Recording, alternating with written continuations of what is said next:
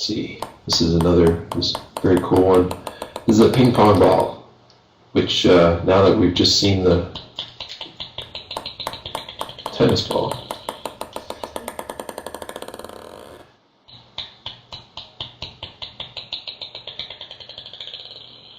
Okay, so the neat thing about this is, if you think back to that first, where is it? That first basketball.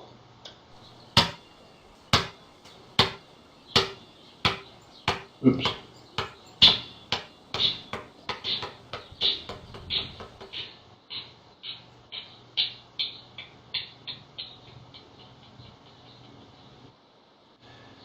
Okay.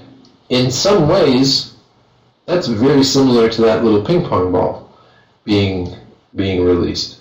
You hear the almost the same kind of pattern, except this is much closer to the ground, of course.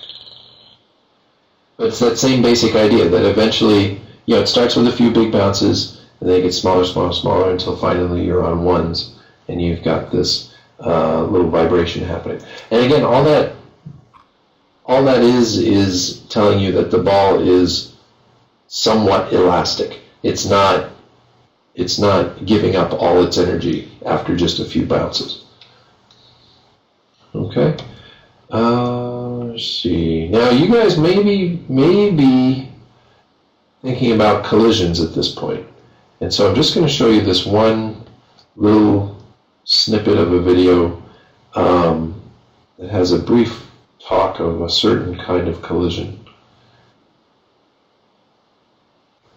And I'm not sure if we're right at it, so let's see. I'm not seeing anything here. Let's try this again. That didn't work. Here we go. Here we go. All right, now I'm not going to play the whole thing because it's not actually about collisions per se. Balls of different sizes it's about for each supernovas. person who's participating. A tennis ball and a ping pong ball are perfect for this. Are two balls of if we different drop sizes just the for tennis each ball, person that is it bounces a participating. foot or two. A tennis ball and a ping pong ball are perfect for this. If we drop just the ping pong ball in the same way, it again bounces, but not as high. When we drop them both together, with the ping pong ball stacked on top of the tennis ball, the ping pong ball goes flying off even further, and the tennis ball basically stays where it is.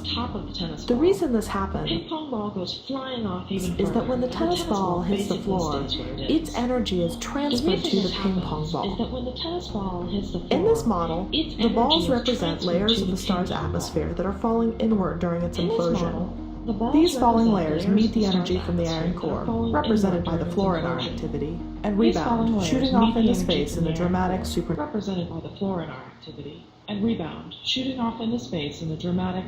explosion. Okay, I didn't really want to show you the supernova part, but it's still pretty cool, isn't it?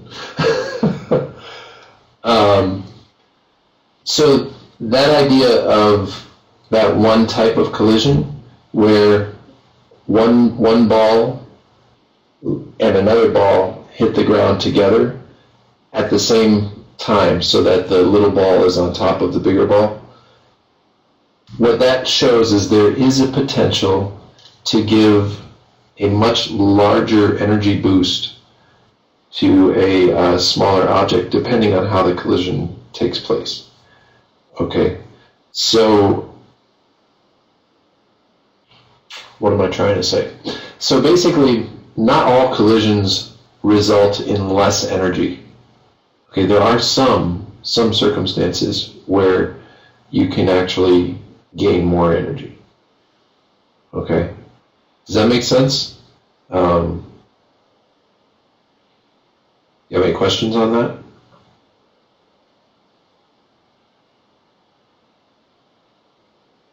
No? You guys understand that 100%? That's cool. Now, hopefully you guys by this weekend will have at the very least the first part of the assignment done. It would be great if you could have at least a blocking pass on the second part of the assignment, on obstacle course. If you guys are able to actually do a significant portion of the obstacle course, that's even better. But if you can at least get a blocking pass in, that would be great. Now, for those of you that are unfamiliar with the term blocking pass, is anybody unfamiliar with that? Would you like me to explain what it is? Yeah, I'm not really sure what that is. Okay, cool. So a blocking pass is basically something where you have just enough poses to tell the story that you're trying to tell. Okay, so let's say we have really simple setup here. These are all walls. You're not showing anything. What's that? You're not showing anything. Oh, not, sorry. Well, you don't see the invisible drawing. There it is. How about now? You see it? Yeah. Yep. Okay. So, yeah, so these are all walls. And basically for a blocking pass, now you would draw this all, or you would animate this on different layers. I've only got one layer here, but basically what you would do is you put in not just your key poses, but also some breakdown poses, things that help to actually define the story that you're trying to tell. So let's just say that it was something like this, okay? Now this is just a path of action. This is not the poses that you would include. What you would do, now this would actually be in your Maya file in animation. Okay, you might put a pose with the ball up here. This will show that the ball comes in from off screen. Okay, I might also choose to say, well, I should have a pose down here. So maybe this is at frame 1. The little X means frame. In case you guys aren't familiar with that, that's how we say frame in animation. Maybe this one's at frame 13, so this is a 12 frame drop. Okay, then maybe we go over here. Maybe this takes, I don't know, 8 frames, so maybe this would be a frame 21. And then maybe it comes back down here. And I'm just going to end it here, but maybe that's 4 frames, so maybe this is frame 25. Okay, now these would be what I might call my main storytelling poses. Okay, now they give you the basic idea of where things are going to move. Okay, but what they don't do is show you how they're going to move there. So that's where you start adding in your breakdown poses, which are poses that help to define the action a little bit better.